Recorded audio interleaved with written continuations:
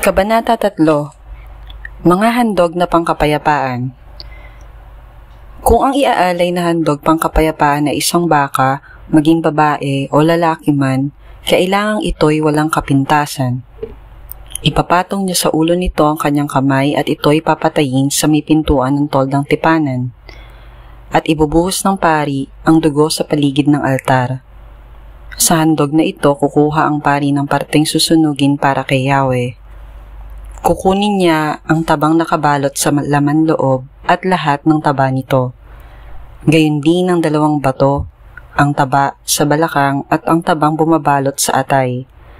Ang lahat ng ito ay ilalagay sa altar at susunugin ng mga pari bilang handog upang ang usok nito ay maging mabangong samyo kay Yahweh. Kung tupa o kambing ang handog pangkapayapaan, maging ito'y lalaki o babae, kailangang ito'y walang kapintasan. Kung tupa ang handog ng isang tao, ito'y dadalhin niya sa harapan ko.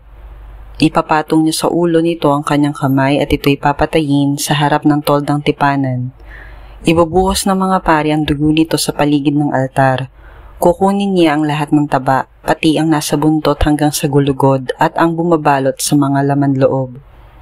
Kukunin din niya ang 2 bato, pati ang taba nito sa balakang at ang tabang bumabalot sa atay. Ang lahat ng ito ibibigay niya sa pari upang sunugin sa altar bilang pagkaing handog kay Yahweh. Kung kambing naman ang handog ng isang tao, ihaharap niya ito kay Yahweh. Ipapatong niya sa ulo nito ang kanyang kamay at ito'y papatayin sa harap ng toldang tipanan. Ibubuhos ng mga pari ang dugo nito sa paligid ng altar. Kukunin niya ang lahat ng tabang bumabalot sa laman loob. Ang 2 bato at ang tabang bumabalot dito, ang taba sa ibabaw ng balakang at sa atay. Lahat ng ito ibibigay niya sa pari at susunugin sa altar bilang pagkaing handog upang ang usok nito'y maging mabangong samyo kay Yahweh. Lahat ng taba ay kay Yahweh. Ito ang tuntuning susundin ninyo habang panahon, saan man kayo naroon. Huwag kayong kakain ng taba o dugo. Kabanata 4. Mga handog para sa kasalanang di sinasadya. Sinabi ni Yahweh kay Moises, sabihin mo sa bayang Israel kung ano ang dapat nilang gawin kapag sila'y nagkasala o hindi sinasadyang nakalabag sa alinmang utos ni Yahweh. Kung ang nagkasalay ang pinakapunong pari at nadamay pati ang sambayanan, mag-aalay siya ng isang batang toro na walang kapintasan bilang handog para sa kapatawaran ng kanyang kasalanan. Dadalhin niya ito sa harapan ni Yahweh sa may pintuan ng toldang tipanan. Ipapatong niya sa ulo nito ang kanyang kamay at papatayin ito. Kukuha ng kaunting dugo ang pinakapunong pari at dadalhin sa toldang tipanan. Itutubog niya sa dugo ang kanyang daliri at sa harapan ko ay wiwisikan niya ng 7 beses ang tabing ng santuaryo. Lalagyan din niya ng dugo ang mga sungay ng altar ng insensong nasa harapan ni Yahweh sa dakong banal. Ang natirang dugo ay ibubuhos niya sa paanan ng altar na sunugan ng mga handog sa harap ng toldang tipanan.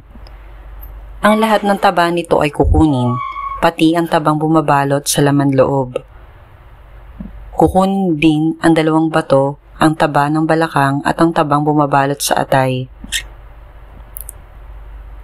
Ibubukot ito gaya ng ginagawa sa taba ng torong handog pangkapayapaan sa kadadalhin sa altar at susunugin ng pari. Ngunit ang balat ng toro at lahat ng laman nito, ulot mga hita at mga laman loob, kasama ang dumi ay dadalhin lahat sa labas ng kampo at susunugin sa isang malinis na lugar na pinagtatapunan ng abo. Kung ang buong kapulungan ng Israel ay magkasala ng di sinasadya at makagawa sila ng labag sa kautusan ng di nila nalalaman, at pagkatapos ay malaman nila ito, maghahandog ng isang batang toro ang buong kapulungan para sa kanilang kasalanan. Dadalhin nila ito sa harap ng toldang tipanan. Ipapatong ng pinuno ang kanilang kamay sa ulo ng toro at papatayin nila ito sa harapan ni Yahweh. Kukuha ng kaunting dugo ang pinakapunong pari upang dalhin ito sa toldang tipanan. Itutubog niya sa dugo ang kanyang daliri at 7 beses niyang iwiwisik iyon sa harap ng tabing. Lalagyan din niya ng dugo ang mga sungay sa altar na nasa toldang tipanan. Ang natirang dugo ay ibubuhos niya sa paanan ng altar na sunugan ng mga handog sa may pintuan ng toldang tipanan. Kanyang susunugin sa altar ang lahat ng taba, tulad ng ginagawa sa taba ng torong inihandog para sa kapatawaran ng kasalanan. Ito ang gagawin ng pari upang mapatawad ang buong sambahan ng iyanan. Pagkatapos, ilalabas sa kampo ang torong pinatay at susunugin din sa lugar na pinagdalhan sa unang toro. Ito ang handog para sa kasalanan ng sambayanan. Kung isang pinuno ang nagkasala ng di sinasadya dahil nakagawa siya ng isang bagay na pinagbabawal ni Yahweh na kanyang Diyos, sa oras na malaman niya ito, ay maghahandog siya ng isang lalaking kambing na walang kapintasan. Ipapatong niya sa ulo ng kambing ang kanyang kamay at papatayin niya ito sa harapan ni Yahweh, sa dakong pinagpapatayan ng handog na susunugin para sa kasalanan. Kukuha ng dugo ang pari at sa pamamagitan ng kanyang daliri, papahiran niya ang mga sungay ng altar ng sunugan ng mga handog. Ang natirang dugo ay ibubuhos niya sa paanan ng altar. Dadalhin niya sa altar ang lahat ng taba at susunugin gaya ng taba na handog pangkapayapaan. Ito ang gagawin ng pari para matubos ang kasalanan ng pinuno at siya'y patatawarin. Kung ang nagkasala ng di sinasadya ay isang karaniwang tao dahil lumabag siya sa utos ko at malaman niya ito pagkatapos, maghahandog siya ng isang babaeng kambing na walang kapintasan.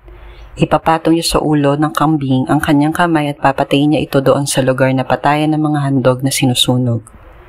Kukuha ng dugo ang pari at sa pamamagitan ng kanyang daliri, papahiran niya ang mga sungay ng altar. Ibubuhos niya sa paanan nito ang natirang dugo. Kukuning lahat ng taba nito, tulad ng taba ng handog pangkapayapaan, at dadalhin sa altar. Ito'y susunugin ng pari bilang handog upang ang usok nito'y maging mabangong samyo kay Yahweh. Sa ganitong paraan, matutubos ang kasalanan ng taong iyon.